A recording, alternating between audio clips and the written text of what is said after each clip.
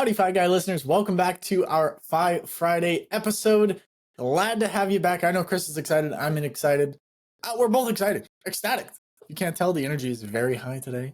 Hope you're having an amazing Friday. If you're watching this on Friday, if you're not watching this on Friday, whatever day you're having, hope it's an amazing one. With that being said, howdy, Chris. How is your week going? How has it been? My week has been going quite well, Dominic. Today has been a pretty chill Friday. Went ahead and I woke up, went to the gym, hung out with my wife a little bit before she went to work, emptied my cold plunge because we're going to be leaving to San Diego for a few days tomorrow. So I wanted to get it cleaned out, and I gave my dog a bath. So I feel happy with today. I've gotten a lot done. Now we're recording a fun podcast. Hopefully not in the cold plunge, right? Oh, that'd be an experience. No, definitely not.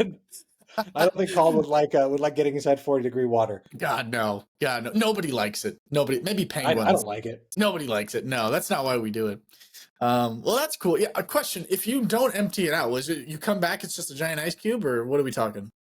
No. I have a system inside there so that there's a thermometer inside there that turns the unit on and off, my deep freezer on and off.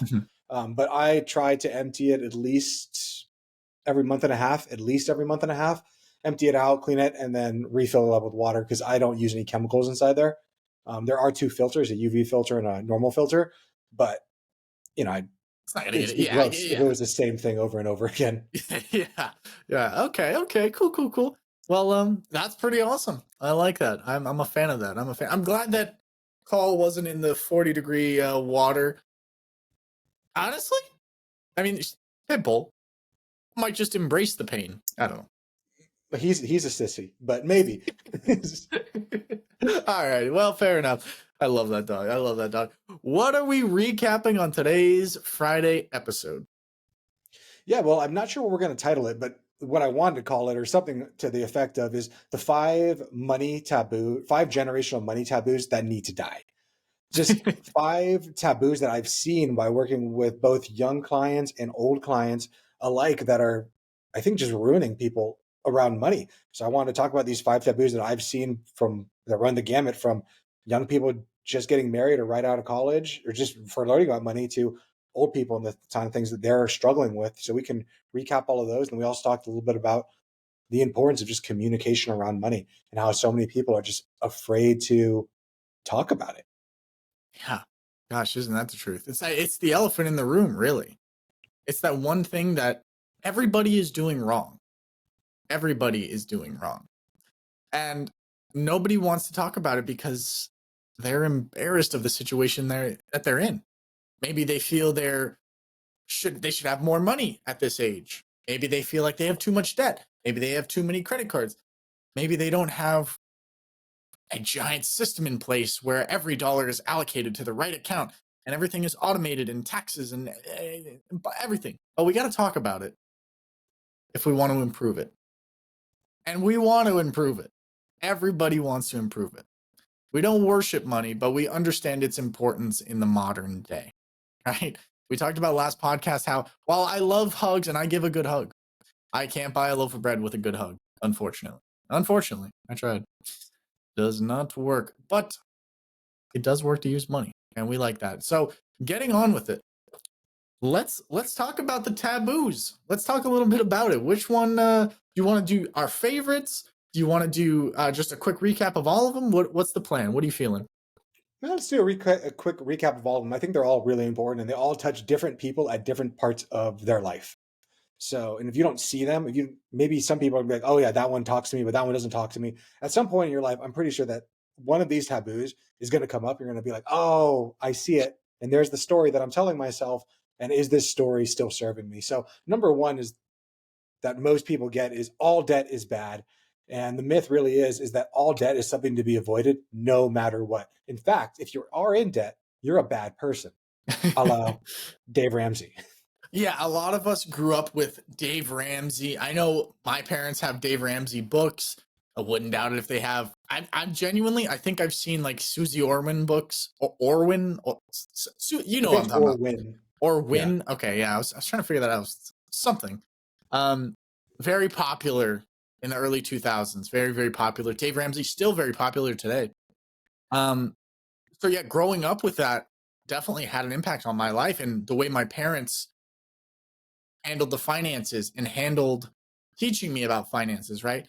Because Dave Ramsey talked about all debt is bad, right? They celebrate when you're debt free, right? I get that. I like that, right? I wouldn't, I don't want to be too contradictory here, right? Because on one hand, I don't want to have a lot of debt. But on the other hand, I want to have a lot of debt.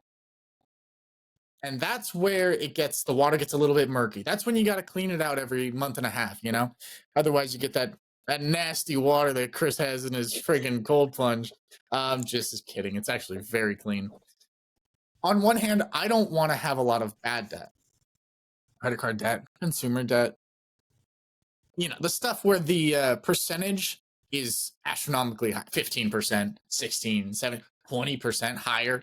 I don't want that at all. That's not great. But on the other hand, I'd like to have my own house one day, right? You'd like to have a house one day. We'd all like to have a house one day. I'm not buying a house cash. I'm not sitting on 200,000 large. And crazy enough, 200,000 is not really going to get me a house in Arizona anymore. But that being said, I both don't like debt and I both love debt. What's your take on it? No, I agree with you. It's a dichotomy there, right? And so many people, they stick to one side of that dichotomy, of that one side of that balance of all debt is bad. And I agree, most debt is probably bad. And if I could avoid debt, I wouldn't use it if I didn't need to use it. But unfortunately, it's a tool that is just it's required nowadays. Like you said, if I want to go and buy a house here in Arizona, I think the median home price in my area is $500,000. Yeah. So I don't have $500,000 just sitting straight cash. If I wanted to up and move or do something like that, it's not going to be okay. And if I was the person who was told all debt is bad, then I would never even look at debt as an option. But then when it came to me buying a house, I would need to look at debt. And now maybe in my mind, I would think I'm a bad person for buying this house. And more importantly, if I never look at debt, then I never try to understand what is a credit score, what are interest rates, what are loan terms, what are all of these things that are so important to being quote unquote good with money. I think Dave Ramsey said that if you have a good credit score, it means that you basically have a I love debt score, which if you want to qualify for a home, if you want to buy a new car, if you want to even get into an apartment, they all, even some jobs look at your credit score, because really all it is it's a grade for how well you handle debt. Yeah. But if you were to say all debt is bad and you don't look at those things, at some point in life, just due to the physics of progress, you're going to get to a point where you're going to need to take out some debt. And if you've wiped all debt off in your mind or just axed it and saying like, I'm not going to view that as a real thing, you're really going to set yourself up for a harder life. And we don't end this life with, points for difficulty. So let's try to make it as simple as we can. So rather than the mantra being all debt is bad, the new mantra should be not all debt is bad. I just need to understand it and manage it wisely. And now the burden of proof isn't on debt. The burden of proof is on me to make sure that I'm handling it correctly. Absolutely. Absolutely. Go try buying a car without debt. If you've never taken debt, you'll have to co-sign for someone who has taken on debt before. You can't really walk into a car dealership and be like, "Hey, I would love to buy this car. Do you have all cash?" "Oh, no, I don't. I don't have all cash." "What's my other option?" "Well, you're going to have to finance it." "What's your credit score?" "Credit score? What's that?" Right? You're not walking out with a car. You're not driving off the lot, in your new Mercedes or whatever you want to get. You got to have some form of credit history. And to get that, you're going to need to take on some debt. But how will you take on debt if it's always bad? Hence the problem. Because debt is just a tool, like a hammer. We talk about this all the time. There's nothing wrong with a hammer. I love hammers. I think I have 2 or 3 of them. I don't know why I have 2 or 3 of them, but my dad loves to buy me hammers for Christmas. I don't know. He loves getting me tools for Christmas. I don't need any more tools. Somebody tell him. That being said, a hammer is just a tool, just like debt, right? You can use a hammer to put a hole in a wall, or you can use a hammer to build a home, right? You can use debt to buy a home, or you can use debt to lose a home. You can get yourself in trouble with debt, right? And I'm not trying to scare you about debt and it's this evil, it's this big bad thing. Be very careful with it. It's a loaded gun. Careful. No. It is a loaded gun in some regards, but I don't know if I'd go that far. There's things in place, credit limits, whatnot. So you're not gonna go crazy with it. People do. I don't know. How afraid of debt should people be, Chris? Again, I know you hate this answer, but it's the answer that I give most often. It Mhm. depends. It Yeah. depends on their knowledge. It really depends on the situation they find themselves in. Too many people are just unknowledgeable about it, and they get themselves. And really, I think a gun is a perfect analogy, honestly, that it is like a loaded gun. And you need to treat that debt as if it is a loaded gun. And just like when you pick up a handgun or any gun, you need to check it first, make sure there's nothing in the chamber. You check everything. You make sure you never put your finger on the trigger unless you were willing to shoot it. And unfortunately, too many people don't know what they're doing, and they get a gun, or they get that debt and they start looking down the barrel with their finger on the trigger. And it's the same thing when I take people out to go shooting here in Arizona, and they're like, "Oh my God, you've never been around a gun. Like, give me that. I need to teach you a bunch of stuff." It's the Yeah. same thing with debt. If you've never been around debt, I need to teach you some stuff before you just go and shoot yourself with it. But unfortunately, there is no one out there teaching people about this stuff. So people go onto a college campus, they get recruited to get a $500 credit card with a new sign up of the new t-shirt, and they have no idea what that means. And now the bank has perpetually put somebody into this debt cycle because they have no idea what they're doing. So just like a gun, you need to make sure that you're careful with it and understand that this is a very dangerous tool. But this tool can also be used to do good things. Yeah. But it all depends on the person who's wielding it. So Yeah. let's move on to money taboo number 2. It's never okay to cut off your kids. Interesting. You got to cut off the umbilical cord sometime. And what time should that be? That's not up to us, but we do have some thoughts on it. What are your thoughts on it, Chris? It's so difficult because some parents I find continue to give their kids allowances or stipends or whatever it is well into adulthood, or Mm. they'll let them live with them indefinitely. And oftentimes when I'm meeting with clients and they say, like, I want change, I want to be financially independent, I want these things. And then I always have to ask them, do you really? Like, no, but do you really? What incentive do you have to change? I remember meeting with a client once who put themselves into debt and then their parents got them out of it. They put themselves into debt again, their parents got them out of it. They put themselves into debt again, their parents didn't get them out of it that time, but their grandma died and left them money that got them out of it. And they kept on learning this lesson of, I can get myself into debt, I can do whatever I want because someone's always going to come and save me. Yeah. And I had to make them realize that there is no hero coming to save you anymore, because by the time they got to me, they were already in a bunch of debt and they were drowning and no one was coming to save them. And had to make them realize that you, for so long, said, I want to be financially independent. I want these things, but I don't care what you say. I care about your actions, and your actions are speaking much louder than the words that you're saying to me. And the words that you're saying is, I want to be financially independent, but your actions are, someone else is going to come and fix it. And that's not what true love is. If you're a parent, always coming and fixing your kid's problem isn't true love. And it's kind of like bullying, right? And like, I know it's such a hard subject because no parents wants to see their kid be bullied, but you can't go into the school and fight the bully. You need to teach your kid how to stand up for themselves. Someone who thinks like, oh, for me to show my kid that I love them, I need to go into school and I need to fight a 6-year-old. No, in order to show your kid that you love them, you need to teach them how to stand up for themselves. Because in life, you can't go through your entire life with your kid watching them, hovering them. What when they go into their job and they get yelled at for not doing their job? Are you going to come in as the parent and yell at the boss? What about when they're in school, when they're in college? You're going to go to your kids' college classes and make sure that they're okay with them? What about when they have an issue with their spouse? Are you going to go in there and fight for them? True love is teaching somebody to do it for themselves. Same with financial independence. We need to have a mantra of encouraging financial independence and knowing that strengthens self-reliance and growth in your children. Absolutely. Absolutely. I can say as a teenager, there's nothing more embarrassing than having your parents come in. Right. And if you're a college student, you are freaking screwed. What are you doing with your life? I'm sorry. What are you doing with your life? But yeah, I love that. You got to teach them how to fight their own battles rather than fighting their battles for them. Because you're only enabling bad behavior and bad habits, and habits that are repeated. That's how you become. Right. I didn't go to the gym once and now I'm healthy. No, I went to the gym 1,000 times theoretically, and now I'm healthy, right? Or if I'm late once, it's not a big deal. If I'm late 1,000 times, no, he's always late. He's always tardy. So your habits and your actions become who you are. So be mindful of the lessons you're teaching your kids. Be mindful of the lessons you're teaching yourself, most importantly, and careful. Careful which habits you take on. Careful. Please study the day to day.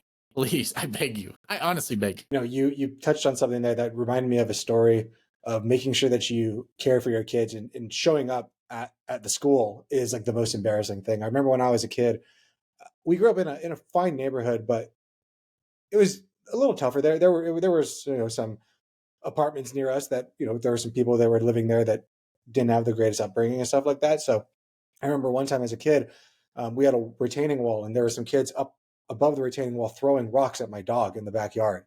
And I was probably, maybe 5 years old or 4 years old.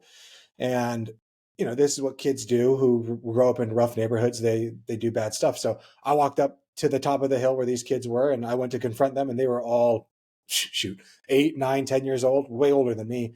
Mhm. And my dad got home, and he realized that like I wasn't in the house, and he came up and he found me on the hill, like talking to these kids. And luckily, like I think they probably were about to kick my ass, but luckily my dad came up and like found me, and then of course they like ran off.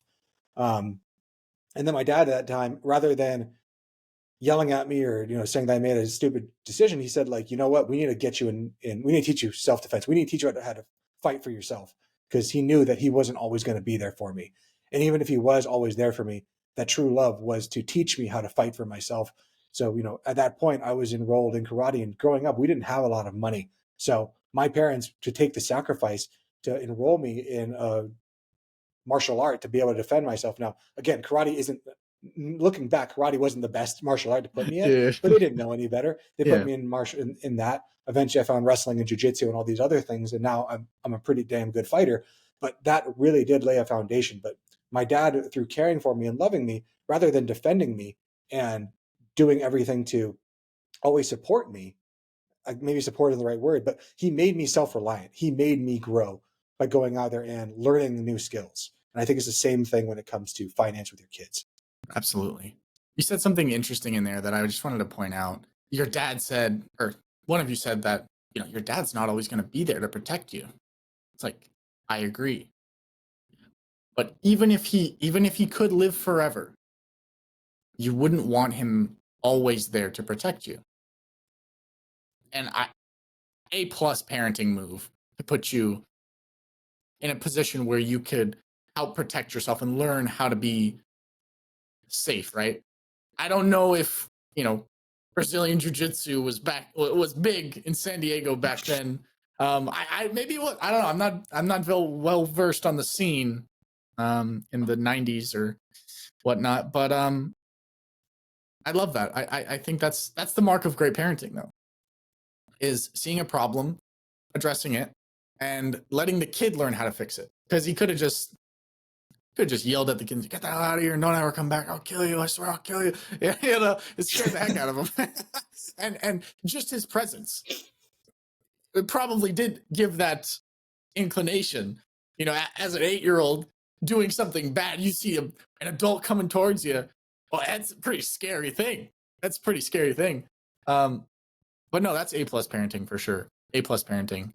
Hey, Yeah. what else you got on that take? That's all I got on that No, one. that's it. I mean, Yeah. I think we'll move on to taboo number 3, but I will say, like, to mom and dad, like, you guys are listening, like, you guys did an amazing job, like, raising me. Everything wasn't perfect. And I want everyone to know, like, life isn't always perfect, but every single parent, majority of parents, are doing the best that they possibly can. So Yeah. stop telling yourself the story that your parents tried to screw you up, because they didn't. Every parent wants to do better, but every parent screws up, because there is no playbook. There's no way to make it through this life. So taboo number 3, when continue to talk about kids, a good parent will always leave their kid an inheritance, even at their own expense. And I see this so often with my retired clients, of sacrificing their financial well-being in retirement or pre-retirement in order to make sure that they leave their kids a larger inheritance, because it's the right thing to do based off of the people they're talking to, based off the societal pressures of other people they're talking to.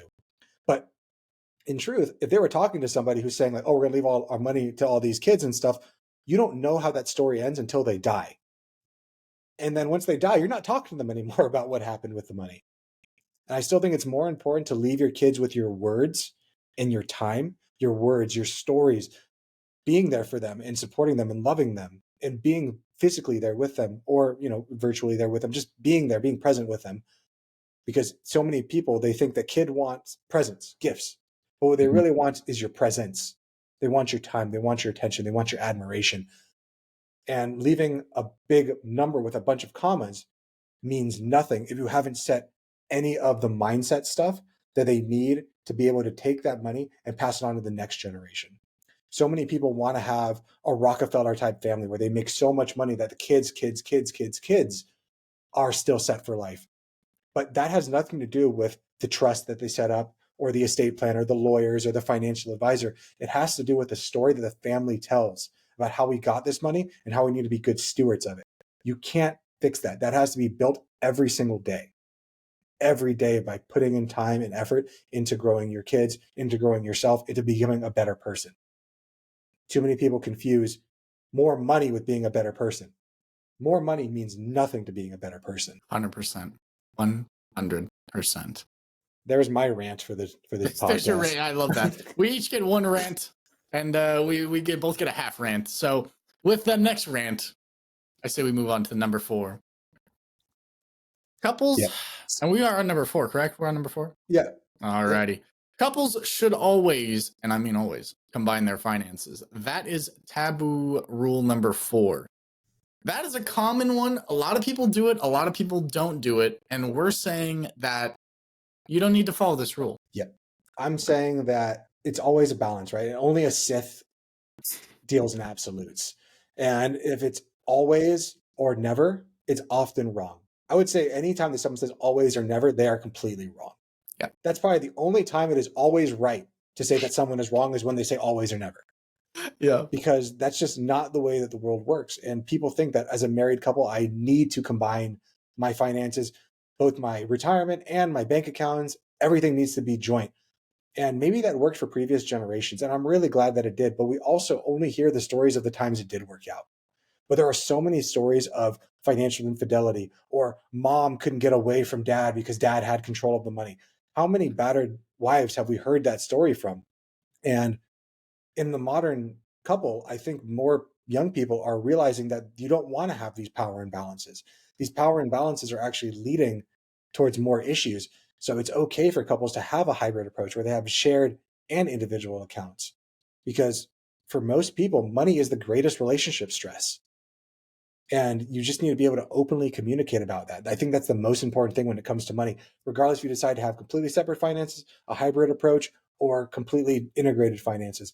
Communication is key, and making sure that you guys have a long-term vision for where you both want to end up, and make sure that you're both rowing in the same direction, because there's nothing worse than both people in a boat. One's going one way, another one's going the opposite way, and you're just going in circles, and you're blaming your other partner without realizing that you're both trying to get to different destinations. Yeah, you really got to have that communication locked in.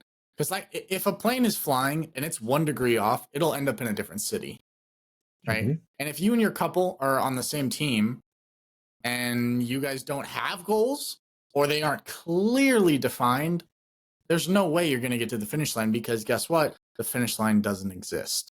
And you can't get to somewhere that you don't know where you're going. Crazy take. I know. Crazy. Taboo number 5. Follow Number the same. 5 was I think it was follow the same rules and goals. No, it was follow the same financial goals as your parents. Yep. Those rules, most of those rules have been thrown out the door. Yeah, the real myth was that your financial path must mirror your parents' financial path. Yeah. If not be better than theirs. Mm-hmm. And what does that mean for so many generations? It means you get married at 18 years old. Yeah, get married younger. Old. Yep. You have a kid within a year or two. Younger. Yep. You buy your first house by the time you're 23, 24. Yep. You start, your kids raised by the time you're 32. You buy your second house, your McMansion, as it were. And then you just keep on working your same job for 40 years. You get your pension, you get your social security at 100%, and then you retire and you live a life playing backgammon. Mhm. That's the story that many people have been told. And that's many story that people are still trying to live without realizing that times have changed. Housing prices are different. Career goals have changed. Aspirations have changed. Lifestyles are different. Everything is different than it used to be. So many baby boomers I've met will say like, oh, we're so smart. We bought this house 20 years ago and now look how much it's appreciated because we were such good investors. But if they were truthful with themselves, what they did is they moved to a neighborhood. They said, my job is here where it is. The schools here seem nice. Neighborhood seems pretty nice. I'm going to buy this house because I can afford it. And due to the luck of God and the central and government, that house appreciated 10 times over. It had nothing to do with having the foresight to know in 30 years this house is going to be exponentially more expensive. It had to just do with, I want to buy a house right now, and this one seems to work out really well. And I'm so glad that it worked out for everybody. But nowadays, when we, our younger generations, are looking at that situation and we see that it's not available to us, what do? We just get upset and we say, I'm not going to play the game anymore. And that's nihilism. And nihilism never works. You need to say, yes, it's not fair. And what am I going to do about it? How am I going to change the world or change myself in order to be able to buy a house eventually? I can sit here and complain and hide under my bed. But that's not going to get me where I want to go. If you want to live the life of being the victim, go for it. And that'll just set up more people who listen to the podcast who enjoy getting better. That gives us more chances for us to continue to beat you. Yep. 100%. Talking is an action. It's just talking. You're not going to get closer to your goals by talking. And I hate saying that because I love to talk. You know, I love to chat. But like Chris said, you're not going to get anywhere playing the victim. And sympathy doesn't really exist. It's not real. It has no social utility. It has no utility at all, really. Right? Do you want to get to your goals? Do you want to get to where you want to go or not? It's simple as that. I definitely recommend everybody going back and listening to, I believe it was last week's pod on the 25 mindset shifts. One of the best pods we've ever recorded, genuinely speaking. And there was a lot of stuff in there that was very hard to hear, but very necessary to hear from a viewer's perspective. And even from my own perspective, a lot of stuff in there that kind of hit me like a ton of bricks, right? And yeah, it was a very good podcast. I highly recommend that. And if you haven't already subscribed to the podcast, definitely recommend doing that, giving it a like. If you've been liking that, if you've been enjoying that, a follow, a rate, all of that fun stuff. With that being said, do we want to talk about the bonus one from Friday, or the bonus one from Monday? Yeah, Or do we want to just be like, really quick? you should go Let's talk listen to about that Mondays? really quick. Okay. No, we'll talk about that real quick because Okay. that really is the most important thing. The mantra that you need to have for following your parents' path is your financial path is unique and you need to create your own goals in your own timeline, and that's okay. But all of this really comes down to everything that we talked about comes down to the biggest taboo of all of we don't talk about money. And that taboo of we don't talk about money has done nothing but continue to perpetuate financial illiteracy for so many people. And studies show that many adults experience anxiety and stress simply discussing finances with people. That's one of the biggest things that I found when I work with my clients is they're saying like, oh, I was so afraid to talk to you because I thought you might judge me. Like that was the reason, like that was the biggest holdup. I didn't want to take control of my financial future because I was afraid of what you, Chris, might think of. And how sad is that we have such a fear of looking at our money because of how we might be judged by other people. I think it's so important to share your money experiences, share your childhood, share your financial literacy with people because that's the only way that we can learn. We can't hide it in the closet and pretend that it doesn't exist. You know, you wouldn't raise your kid by just keeping them in their room their whole life and then expect them to come out a fully formed adult. You need to take that person into the real world and have them experience things. Same with a dog, right? If you want your dog to be well socialized, you need to take them into the city. You need to start to show them things. You don't just keep them inside their house out of a cage and then let them out of the dog park and hope that everything's going to go well. That's so true.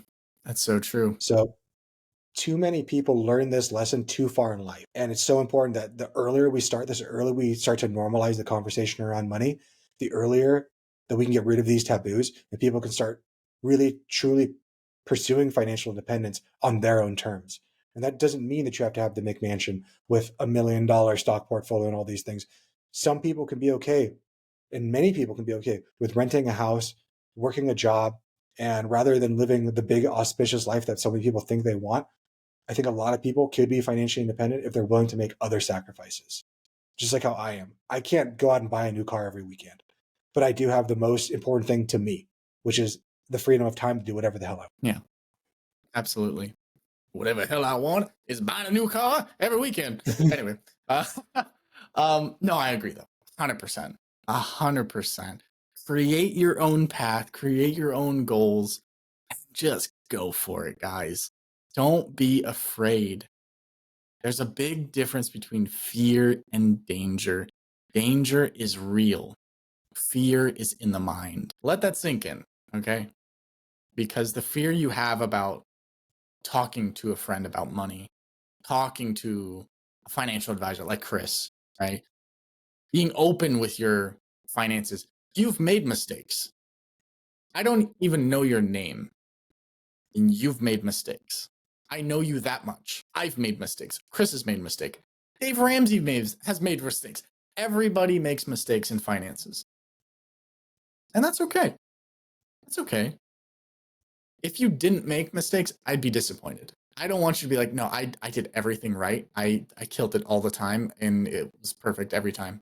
Like, I'd be like, okay, you're definitely playing it too safe. You're definitely playing it too safe. Because the person who never loses, they never really played. So don't be afraid to take a path that you've never taken. Don't be afraid to have that conversation.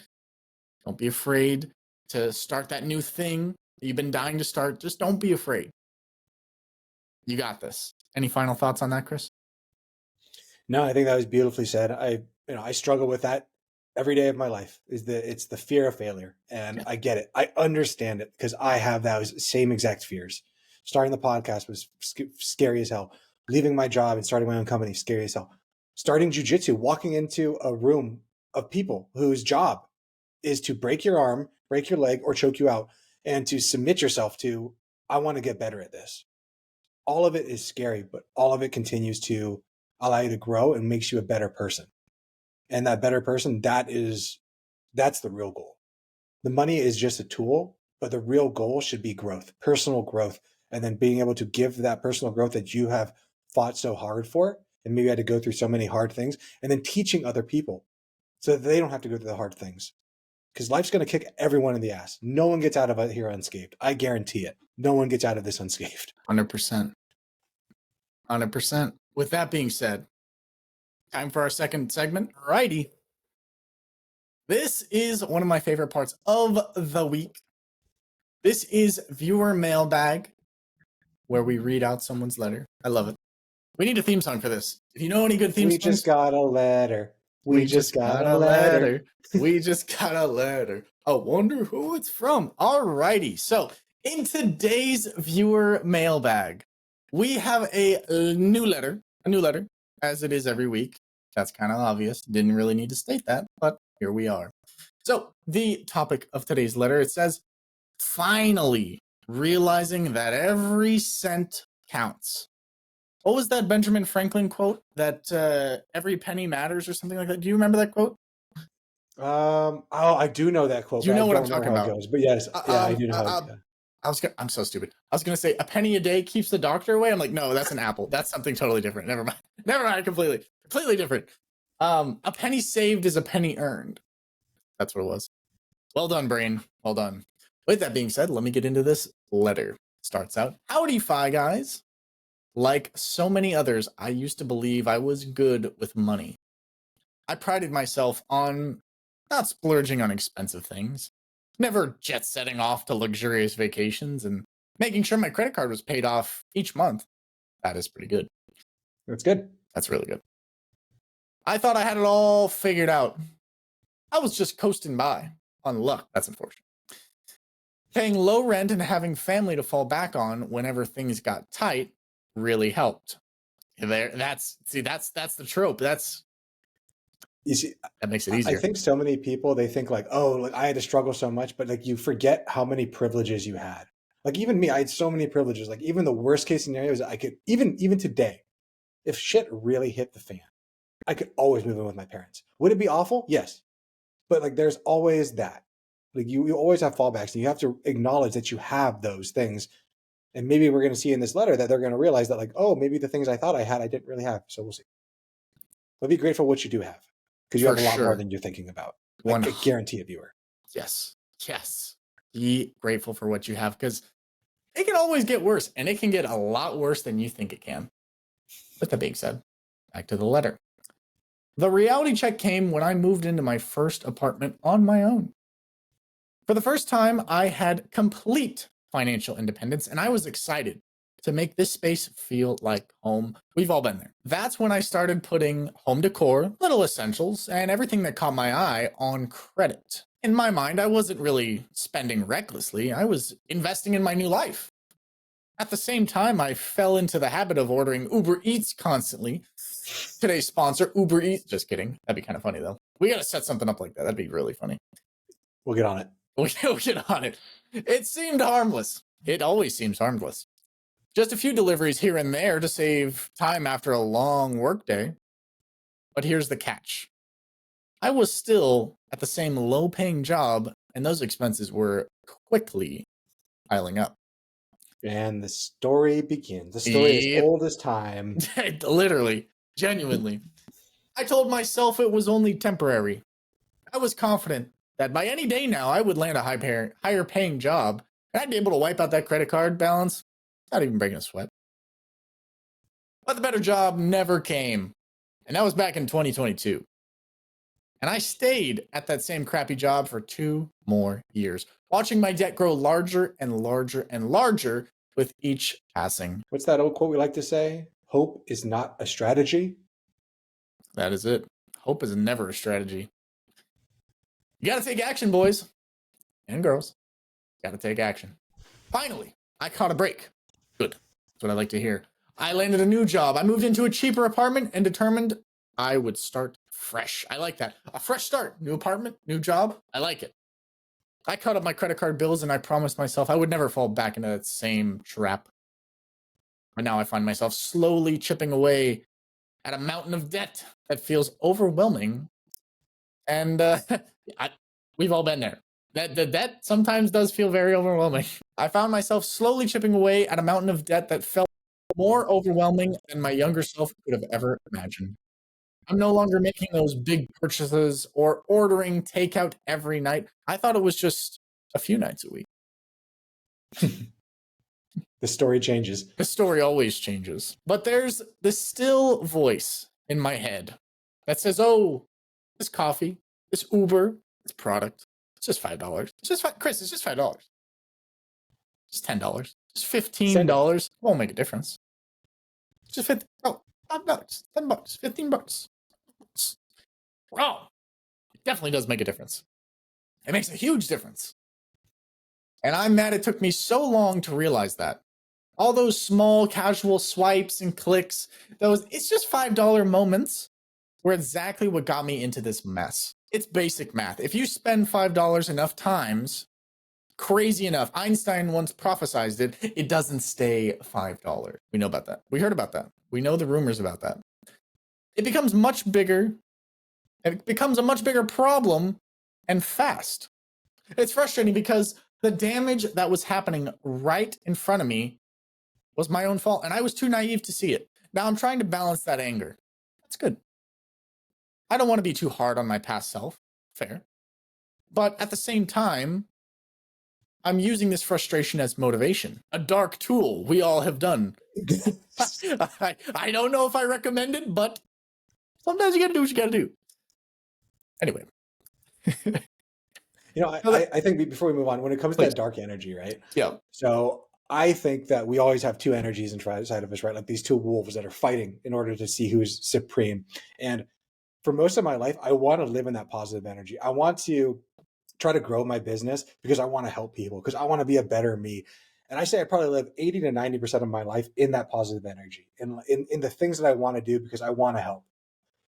But there is that dark energy. There's that negative, that fu Yeah. of people who've spurned me or who've talked bad to me, who told me I would never succeed, who told me I was too dumb to do it on my own. I don't want to be there all the time, but I think of it like a little bit of nos, you know, when I'm sitting there and I'm struggling, I'm like, I don't want to do this thing. I don't want to have to sit here and make this course. I don't want to do this podcast today. You think about that. You just have that dark energy, hit that nos every so often, just 10, 20%. Live with that dark energy because it can help propel you forward, but you don't want to live there all the time. It's a good fuel. It burns hot and it gets you fast, but it will destroy your engine if you keep on running it for too long. So I think it's okay for this listener to every so often use that as a kick in the ass. That like I effed up, but don't stay there for too long. I effed up, and now what am I going to do about it? Which it sounds like he is making those choices. He is making the hard choice now because he made the easy choices when he was younger, and it set him up for a hard life. And he could keep on kicking that can down the road, but at some point, the piper must always be paid. So he's making the hard choices now in order to set himself up for an easier life down the line. Absolutely. I don't need to treat myself as often as I thought I did. The idea that I deserved all those little splurges was just an excuse. It feels good to take control now, but also I'm keenly aware of how long and how hard this road to debt freedom is going to be. I want to thank you, Chris and Dominic. Your information, your stories are keeping me motivated, and they remind me that I'm not alone in this. We're all on this journey together, and the support means everything. From it's just $5, no big deal, until it became too real. Now I'm cutting cards and cutting ties with spending that had me hypnotized. I like Man, that. that's a freaking poem. Yeah, I like it. We need more of these. I love a good story. That's beautiful. We gotta hire an animator. We gotta animate that thing. That was good. That was good on you. Good on you. Taking control. Good on you, listener. That's awesome. I mean, there's no questions here, so I don't know what I'm supposed to do in this situation. Normally, during the viewer mailbag, they ask a question, but thank you so much for sharing with the audience members, and hopefully, people will learn from your experience and not have to put themselves inside the exact same situation that you found yourself in. There were so many parts during that letter that really spoke to me. You know, when I was thinking where you said like, oh, it's just $5, just $10, just $15. It's not that big of a deal. And I agree. We shouldn't be only focused on these $5 decisions. We also need to focus on the $5,000 decisions. I don't care about, I go and I buy coffee every single day if you're spending 80% of your money on your rent. Like, we have bigger issues we need to deal with. But he is also correct in that if you're doing it every single day, $5 20 times does not equal $5. And I think so many times we've done that to ourselves. I know I used to do it to myself with Amazon purchases or little online purchases. Oh, it's only $5, only $5, only $5. And in your mind offsets it as just saying, I only spent $5. But if you spend $5 20 times, you spend $100.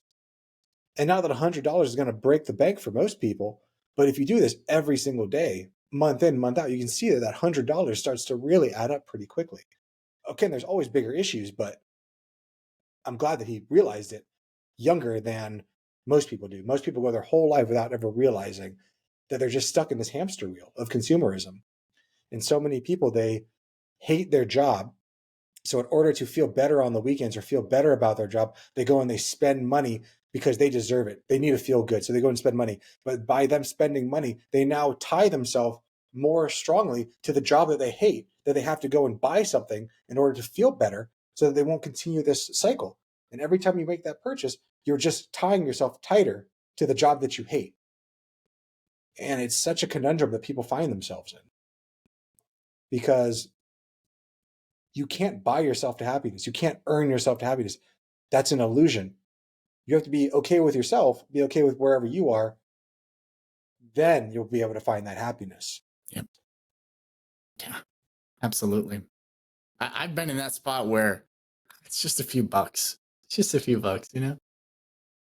I'll be honest. I have a gym membership. I have 2 gym memberships. One I pay for, one I don't pay for.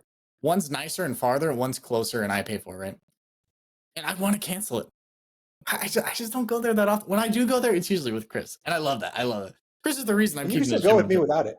You can still go with me without it. I have the Black Pass. Ah, what? Ah, yeah, that's definitely getting axed for sure. Anyway, I keep getting charged. Like, it's only $10. It's only $10, right? But it's like, if you're not using it, that adds up. And don't forget about that annual fee too. That adds up too. So I But totally get where this guy's coming from. Like, it's so easy to downplay. It's just 5. It's just 10. It's just 15. It's just, listen, if it's under 100, we don't got to talk about it. We got to talk about it. We got to talk about it. Were you going to say something, Chris? I noticed there was a thought that popped in you. yeah, what I was thinking is like, look at like us talking about money there just for a second. You saying like, hey, I'm still paying for this thing. It costs $10. And then just by you having the courage to say that, Yeah. talk about your money issue, I was able to say, hey, just so you know, I could bring a free guest every time I go. Yeah. And you only go to that gym when you go with me. So I just saved you $10 a month. You can give me $10 every month and I'll let you go to the gym with me. Listen, exactly. Chris just made a profit. Just like, it's the art of the deal right there, baby. I love it. I love it. No, but that's true. Like, look right there, live and in person, this podcast only, just like that. By talking about money, we solved a financial problem. And we have a Fi Guys podcast. Imagine what you could do in your life. There's so much out there that can be changed. Be that change. Find that change. I love that. That was awesome. Dude, that was really good. That's awesome. Anyway, That was good. I enjoyed that. That was But pretty good. I mean, really, to our viewer, like, just congratulations on taking the first step. And I know you said that you're kind of kicking yourself in the ass right now. Like, why did I do this? Why did it take me so long to see it? And it's so frustrating when you wake up from the matrix and you realize that you were in there. But it's okay. We're all in it until we're willing to see. You can't be the guide to yourself. You had to eventually come to that realization. Maybe you heard the podcast. It sounds like you listened to the podcast, which is awesome. Maybe that helped you to realize where you were going wrong. And then you were able to finally see the world as it actually is and then make the conscious decision. Many people see the world as it is, but they don't actually make the conscious decision to now want to change it. And you did that. You have taken such a big step that most people will not do. They'll sit there and they'll be like, yeah, $5, $10, $15, I shouldn't do that. Like, and they will continue to do it. Yeah. Because it is an easier choice to begin to fulfill those impulses, those right now impulses. And I think the thing you've begun to realize, and this is the thing that I want all of our listeners to realize, is whether you pay the debt now or you pay the debt in the future, you're going to have to pay the debt. Nothing in this world is free. And the hard part about life is that if you pay it now or you pay it in the future, that's still you. You still have to pay it. Yeah. You have to put in that work. So you're realizing now that all the work you put in now is only setting up yourself for the future. You need to start to learn to love the person, future you. Where so many of us think, oh, F future me. That guy's going to have to deal with that. That gal's going to have to deal with that. That sucks for their situation. But I don't have to deal with that today. I get to have fun today. I get to go out and I get to drink. I get to party. I get to spend all my money. And future me has to deal with a hangover. Future me has to deal with the bill. At the end of the day, that's still you. And I would much rather, when I'm 50, 60, 70 years old, be able to look back at me at 32 years old and be like, thanks, bro. You really set me up for right here, right now. Rather than looking back at me at my age right now and be like, you idiot, you screwed me over so bad. So it's always a balance, right? Of living for today, but also set yourself up for tomorrow, which it sounds like you're on that path now with us. So thank you so much. And please just continue to spread the word, bring more people along for the journey, because that's where this fire continues to spread. We get to bring more people. I don't think that financial independence is ever going to be, Dominic, something that everyone does. I think it's always going to be a niche thing that only some people try to pursue. And I think that's actually required. If everyone pursues financial independence, everyone couldn't do it because the economy would like grind to a halt. We need consumerism at this point, the way that our economy is built.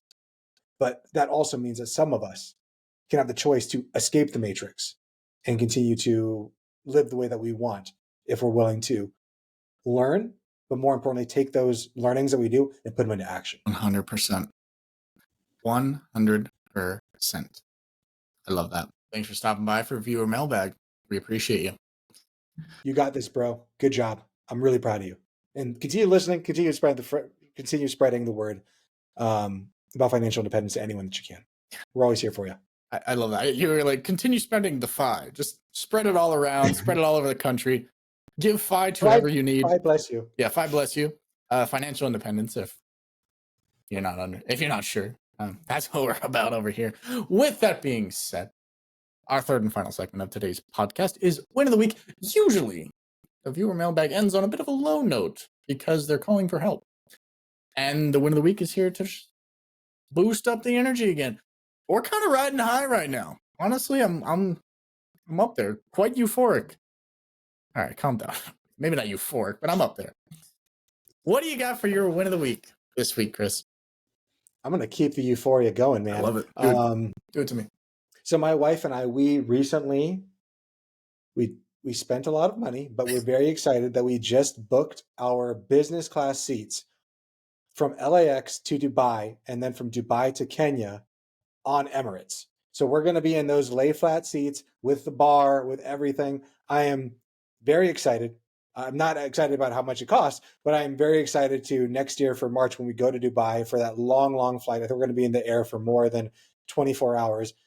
At least when we're in the air, we're going to have full service layback seats. We're going to be able to recline all the way down. And there's a full service bar that apparently is complimentary. And we get access to the Emirates Lounge, which I've never been inside of Emirates Lounge. So stick around for March because I might be sharing photos and stuff like that like we did for Japan. I have to.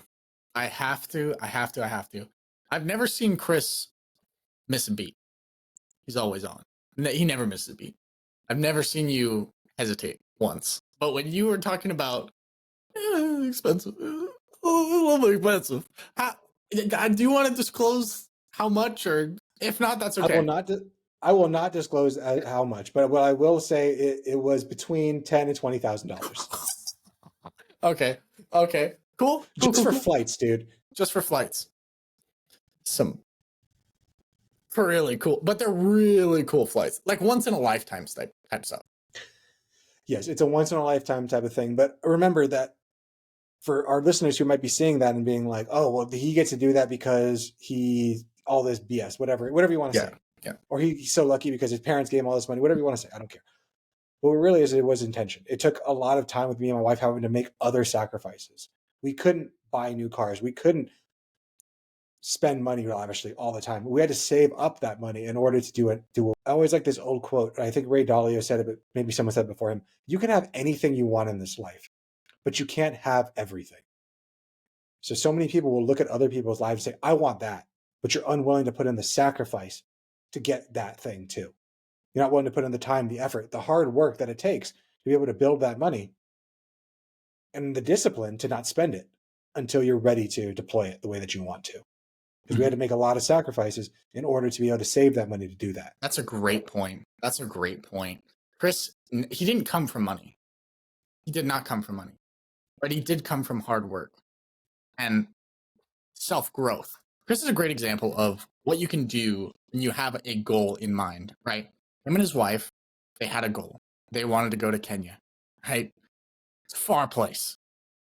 Can't just pull this money out of thin air. Where there's a take, there's a give. Where there's a give, there's a take, right? It's a balancing act.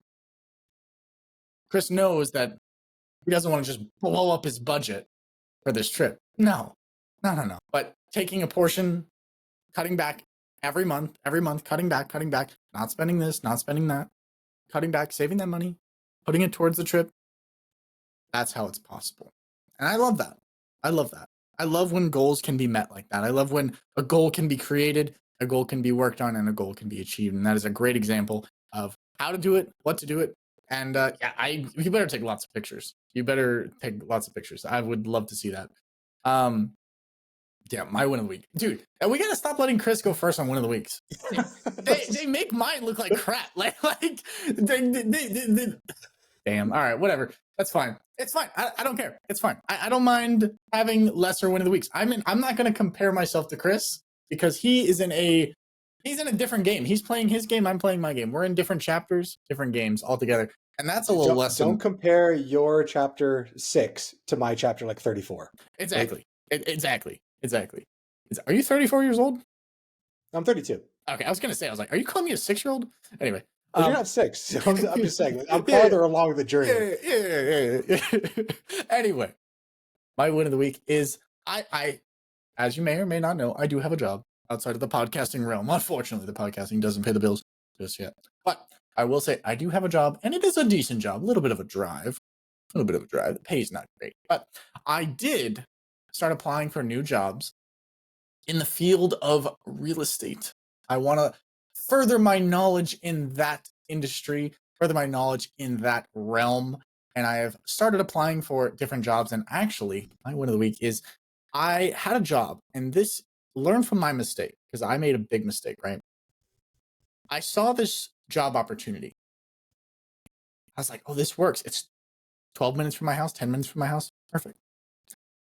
The pay was better than what I'm making now. I'll say that much better than what I was making now. And I saw it. I said, you know what? I'm going to apply to it on my break. I'm going to do that, right? When I go to work. My break never came. So when I got home, I'll apply for it then. I was too tired to. And when I woke up the next morning to apply to it, the job was gone. It was gone. If you want something, take action quickly. Take action now, because tomorrow doesn't always get there. Thankfully, I had enough information about the job to where I found out where it was located. Okay. I drove to the job. I found the place. I got a little impromptu interview with them. Had a great conversation. 45, how long was I there? I was there for a decent amount almost an hour. Chatting, learning about the job, asking great questions, everything about it. And it was perfect. And I got lucky. Make no mistake, this was luck, and luck is not a strategy. But what was the strategy was I messed up, and now what? Do I sulk? Do I play the victim? No, I play the hero to my story. I want this job. I'm gonna have to go get it. Right? I got in my car. I put my best suit on. Then I got in the car. I don't have a closet in my car. Anyway, drove down there. Finally found him. Had a great conversation, like I said. And he said to me, he's like, you know what? I haven't even looked at the other applicants. I don't even really want to look at the other applicants, to be honest. I don't want to have to call them on the phone, talk to them. Hey, how you doing? Set up a little email, set up a date. He's like, I don't want to do that. Send me your resume. I'll talk it over with the owners. We'll go from there. We'll figure something out. We'll see if we can make something happen. We'll see if we can get an interview with the people who make the big decisions, right? And that level of initiative, that level of action can change your life, right? If I do get this job, the pay is almost, it's not double, but it's 65% more, right? The commute's better, the hours are better, and it's in a field where I want a future in. So I implore you this week, take initiative, take action on those goals, those dreams, those stuff that you've been putting off. Don't put anything off anymore, guys. Procrastination was so last year. It's not in. It was never in. Let's get rid of that, okay?